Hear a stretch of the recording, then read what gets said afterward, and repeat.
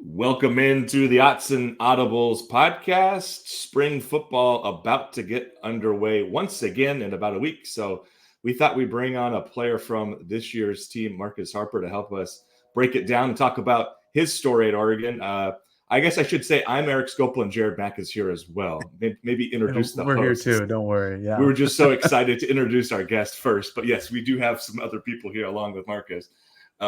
First up, thank you so much for joining us. I know you're out in Miami, which sounds a lot better than where we are right now in rainy Eugene.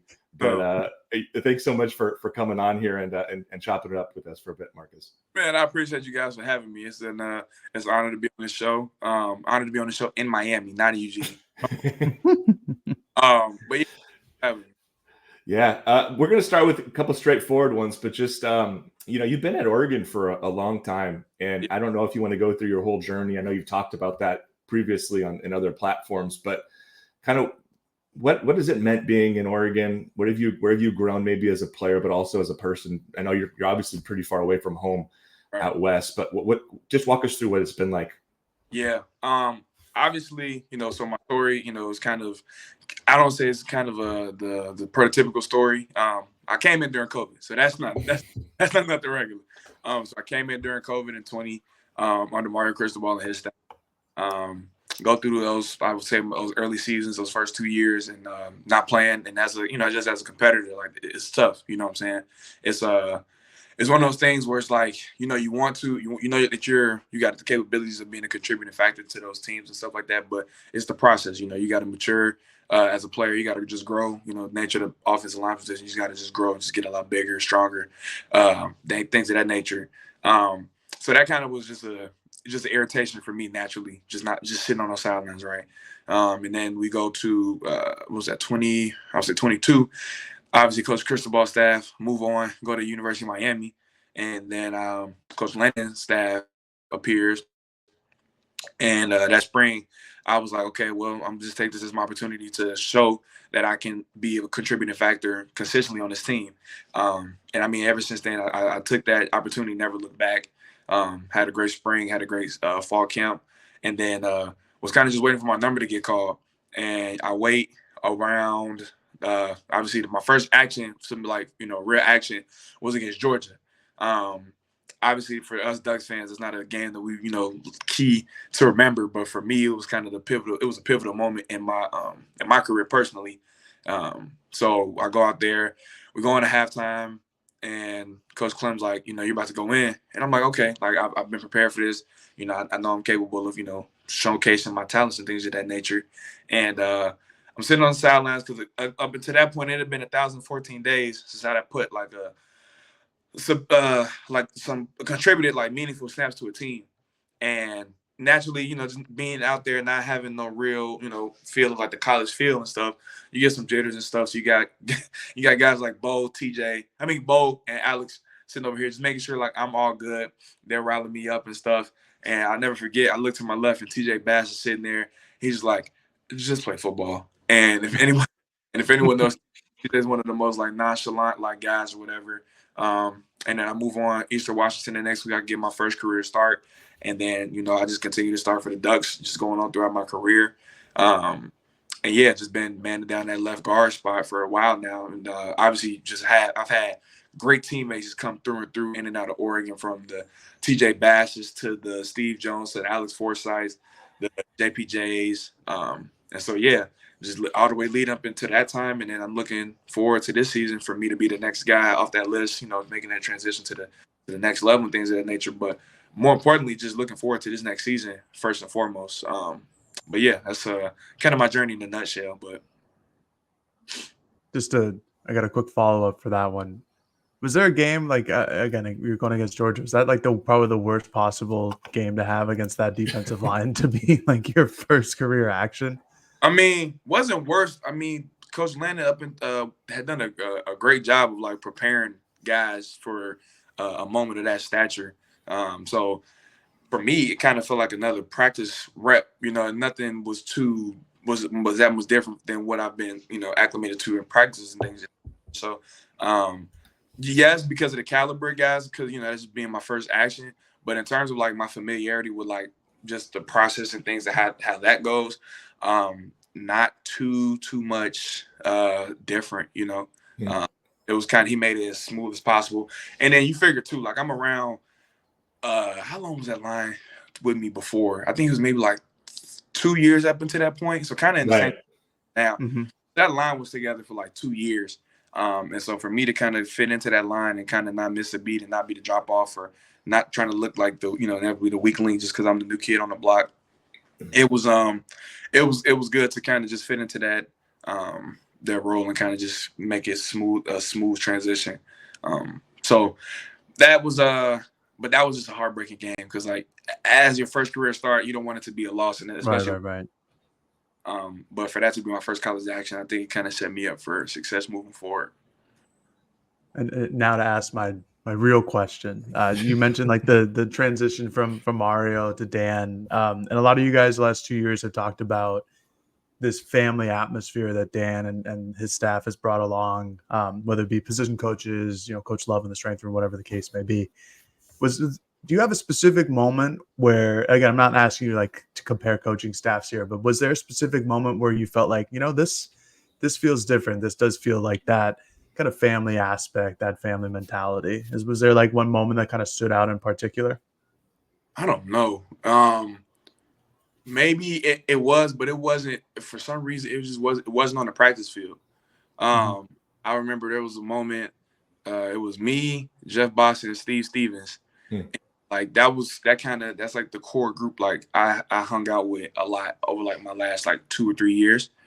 And really just sitting there and realizing that like Jeff's a linebacker, Steve's a DB, and I'm an O lineman. And kind of just sitting there and like we're all like kicking it like we've known each other for like 10 plus years at this point. And that for me was just different. It was just different feel. Yeah, so for me, it was more so like an off the field like connection. It was just like I'm kicking it with guys that aren't even in my position group, and we're having like, and we're not even talking about football. Like football is like one of the last things that we're talking about right now. We're just literally just sitting up here talking about TV, probably talking about power, snowfall, you know, something of that caliber. But that was like the moment for me, and it was, like I said, it wasn't even an on field scenario. Did that help, Marcus, kind of following up with, you know, you hadn't played in a long time before that Georgia game, coaching change, you're not from this part of the country. Was that family feel, having such good friends on the team, did that help you kind of decide like, hey, I'm going to stick it out here? Or, well, I mean, because with the ease of the transfer portal, it would have been understandable if you put your name in there. Yeah, that played a part, but that wasn't the biggest reason as to why I did that. I prided myself on not running away from a lot of challenges, and I said this on platforms prior to. I said I wasn't going to back away from the challenge and like the monster of like sticking out with one school, right? I take a lot of pride in being, you know, I was told a couple weeks ago, like out of the Mark Cristobal, I guess, era of guys that have stayed at Oregon, it's 6, and in my class specifically, it's only 2. You know, I take a lot of pride in that because it's like that shows a lot. That shows a character trait that you can't gain, I feel like, on the football field. You know what I'm saying? That perseverance, that toughness, that like that I don't want to say long suffering, but we can say long suffering for layman's terms, because it's just like, you know, you got to go through like that. You got to go through like a legit process going through that, coming in and not being for my class at least not one of the highly touted names. You know, you go through that class and you got the Robbie Ashfords, you got the Noah Sewell, the Trey Bensons, the Dante Manis, the Justin Flo, and no one, for lack of a better word, wasn't looking at Marcus Harper as a guy, like a poster child for the 2020 class. And to come here and see a lot of those guys, you know, respectfully, like, you know, either transfer or move on to the next level. And then here you see this guy who just all of a sudden emerges. And it's not like I haven't been here playing ball like the last 2 years. So absolutely, like, as much as it was in the friend and making friends, and you know that family aspect only helps like deepen the connection here at Oregon. But outside of that, it was very much just about like, look, there's a challenge up ahead, and there are a lot of factors that can help, that can, I guess, affect the overall goal that I wanted to do. But I told myself coming into college I wasn't going to leave because a situation didn't look how I wanted it to look in the moment. Like, I wasn't going to jump ship when a moment got too hard, because any and everybody has done that, and they continue to do it now.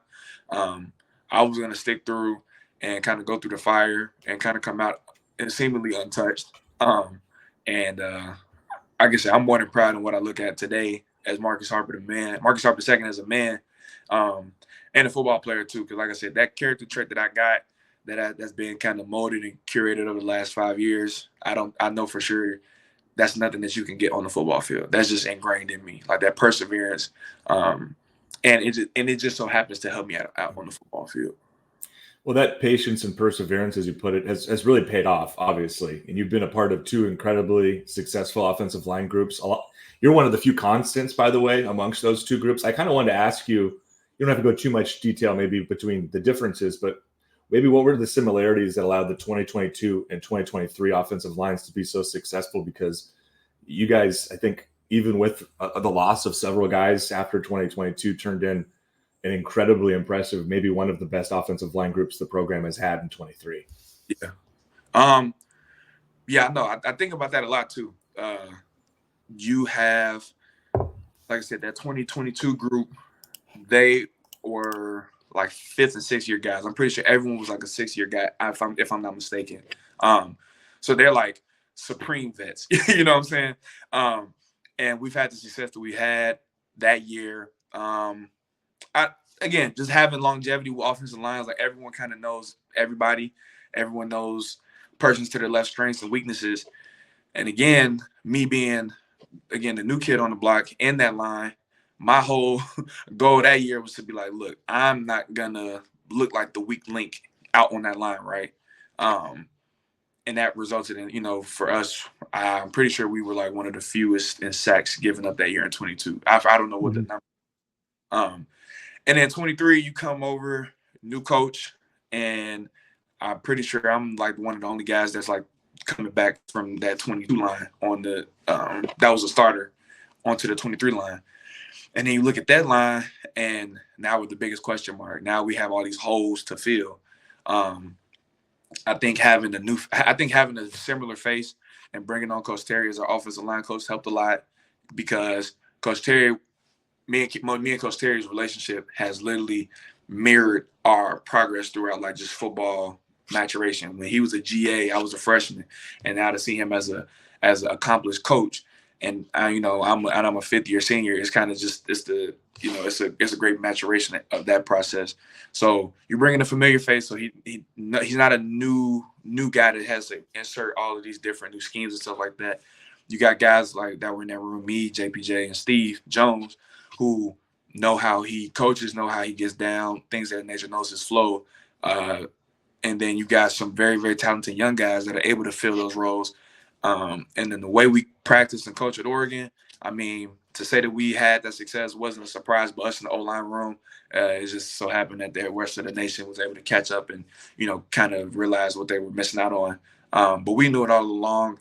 And to see us continue to pick up where that old line left off is it's something special. And I guess for us this year to take it to another level, and for me to be a part of that again, for me personally, it's something special because I've been a part of all 3 lines. You know what I'm saying?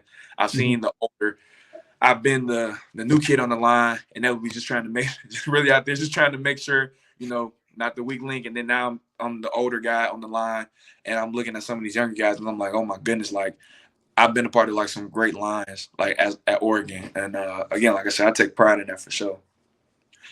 It seems like this past year specifically, your offensive line group had fun playing football, which is kind of weird. Like, not that offensive lines can't have fun playing football, but it's the nitty gritty of a game. Just how much fun was like playing with Jackson Powers Johnson and Stephen Jones last year? Just like guys who are already kind of fun to be around, and then they're also really good at football. Yeah, I mean it was fun. I mean, I don't know how much, but it was fun playing with some fun guys. And I mean, I guess people got to see an insight of like our off the field interactions on the field. It was able to seemingly play. It was able to show up through our play. And I mean, that it's just and to nod those guys on that line. But then you got guys like Bucky, Bo, Troy, all these other guys, and they made playing a lot more fun because we knew when we were getting on that field, we were getting a touchdown from somebody that caliber. Excuse me. So it made that entire experience a lot of fun. And then you come back after games, and then you're seeing against the Oregon State game, we got a whole stack of pancakes going on. Getting pancake block of the week, or JPJ getting his 17th pancake block of the week. It was just competitive and it was fun. And again, this year, looking forward to this one, you got basically 99% of those pieces returning with one guy. You got a couple of guys that got to, get replaced, obviously. But samely, you got a lot of people that stayed back. And again, to be another piece of staying back and looking like, okay, you're looking around, it's like, okay, now it's my turn to, get a shot at that. It was fun, and it's going to be fun to just kind of see that mature and grow for the season to come. Marcus, when you ask like a receiver or a running back what their favorite part of the game is, it's like, specific individual, a touchdown, maybe a certain type of catch. Is a pancake like, is that what you guys, is that like the best? Is that the best feeling? Like what is like the best thing you can do as an offensive, like what feels the best after a play? Yeah, it's obviously that pancake block. I would say the second feeling would be if you're in if you're run blocking and you feel the running back like that whoosh, like that off like your butt or whatever. That's the one feeling that's kind of somewhat seemingly similar to a receiver catching a touchdown or a running back getting a touchdown. And I would say I've had some moments like that in my career. One of them would be Washington 2022. It was an inside zone play to the right, and Noah Whittington was back there. And I remember the 3-tech stunted outside, and I climbed to the linebacker, and I got the linebacker. And then I just felt, I looked back at the play, and Noah was able to dance through the hole. And then I look at how he was able to make the touchdown, and I just knew when I was blocking the linebacker, I said, no, he's about to make this touchdown. And I guess that's the one. Those are the two feelings that kind of would, feel similar to me scoring a touchdown. Will be those pancake blocks, number one, and like that rush feeling that you get off your butt when a running back is cutting off of you, making a touchdown or making a big game. How many of you guys in the offensive lineman room go up to Will Stein asking to be like a fullback or like in the 14 personnel? Me. Like how many of you guys? I don't know how many in the O-line room. I know I'm an advocate for it myself. Where were we at? It was at the Oregon signing day in Eugene event that we had early, I think in February. And I got asked the same question too. And I said, is there anything that you want to get put in? And I kind of ran a list off of things to say. Big Mark end around, Big Mark dive, Big Mark lead. Honestly, trips right, Big Mark would be a nice play just to incorporate. Just big trips right, Big Mark would literally just be for me to get the photo op. Right. Just to be me, Tez, and Treshawn. That'd be a nice photo op, I think, in my eyes. But yeah, now I put in a request to get these packages put in. Do I think they'll get put in? No, but I mean, I have gone up to him and with this Big Mark package. So if it gets put in, we'll see. Do you wish you guys could touch the football more? I ask because I remember watching Josh obviously caught a touchdown last year. I've enjoyed watching JPJ throw a football because he can throw it like 60+ yards. I don't know if fans know that. But do you wish like the O-line, you guys, like if there were more opportunities just to make you guys eligible? Because obviously you aren't for 99% of the snaps on the field. Yeah. I would say yes, but I got a real horror story that I don't think a lot of about me holding the ball. And if you went to home with Flossmore, like my freshman year, like I broke my ankle the first time I touched the ball. So for me, not necessarily. I'd much rather just stick with trips right, Big Mark. Going to running back and trying to get squeezed through the A gap and then not coming out successful. I don't want that no more. So I'm cool with sitting in trip Mark and just sitting out there for the photo op. Me personally. That's fair. That's fair. Yeah. Marcus, you're like a really nice dude, and a lot of the guys in the offensive line are also really nice guys. Like, how do you find your nasty streak? I think that's what I heard Josh Connerly call it one time. Like, you guys again, like, are always going against another like guy who's just trying to get to the quarterback. Like, you're always hitting somebody. Like, how do you switch on like football mode? I'm so nice that I have to have an outlet for me to get angry. So that would be the way. So yeah, I have to release that at some point in time. So football is the way in which I do it. But it makes me so nice off the field because it's just like, man, you know what I'm saying? Like, what a nice character. And I think it's a thing in our O line room. Nice assholes is what you want. And you said it, so I'm doing my part. When did you first realize that football was the best way to get some of that anger out? So my freshman year of football, it was my first year playing football, period. So that was in 2016, I think. So 2016, I'm playing Carl Sandburg, and it was like it was a rainy game. I think it was like my first rainy game. And I played left tackle back then, and they had like a tackle pull play. And I think the only assignment was to pull the left tackle and kick out the right defensive end. So I kick out the defensive end, his helmet flies off, whatever. And you got to not a timeout, but you kind of got to, wait to see, if he's okay and stuff like that. I didn't check on him. But then we go back to the huddle. And everyone's like, who knocked his helmet off? And I'm in the back like, me. And then we go to the next play. So when that happened, I kind of was like, okay, this is a vice where I can, let out all my anger and things of that nature. And yeah, so trying to create that balance is very hard, because there are things off the field sometimes that trigger that response. And so just making sure you stay disciplined and keeping those things like, this is for football only, and this is for, off the field stuff.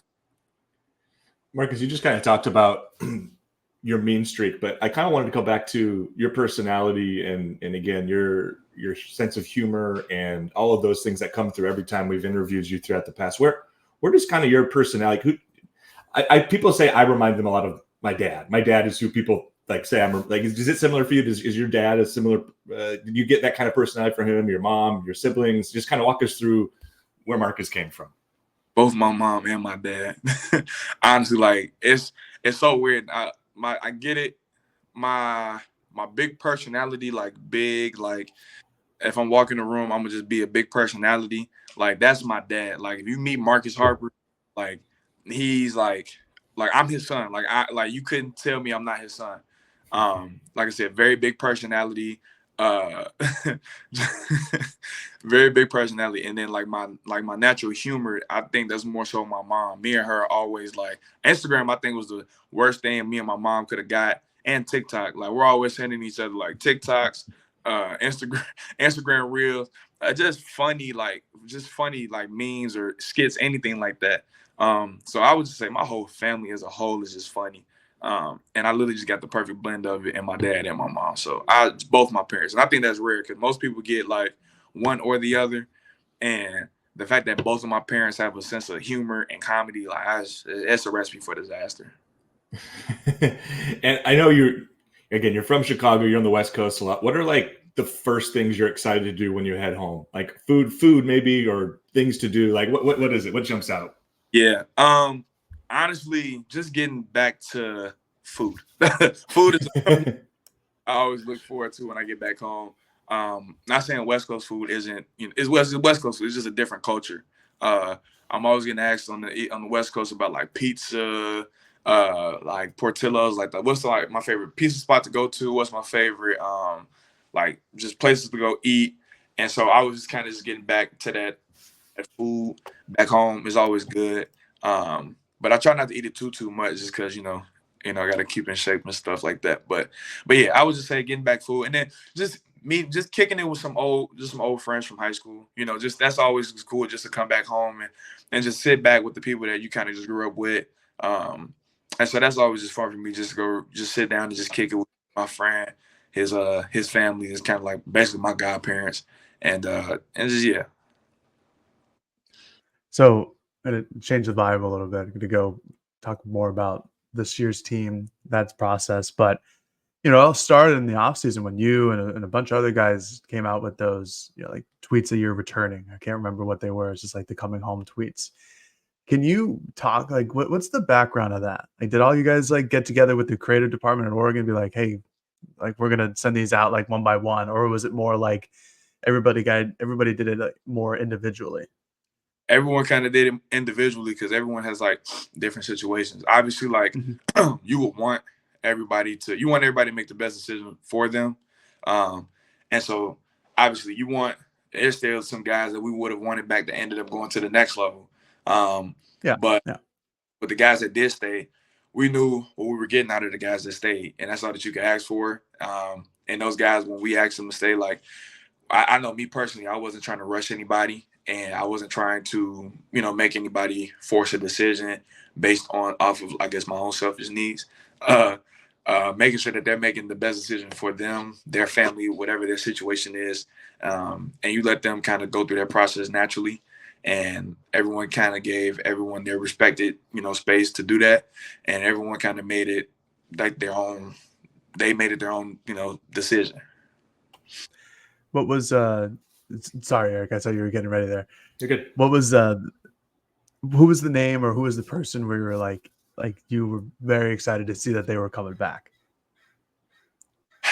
Honestly, it was Jeff Bosser and T. Ferg, and because I knew a lot of I knew Trayshawn, Tez, Justin, and Johnny were coming back because everyone like I talked prior, but I was with Jeff a lot when he was making his decision on coming back, and Ferg, we knew what valuable asset Ferg brings to the team, and everyone else does too as well. But just Ferg, just like for our tight ends room, and just what he means to like the offense as a whole.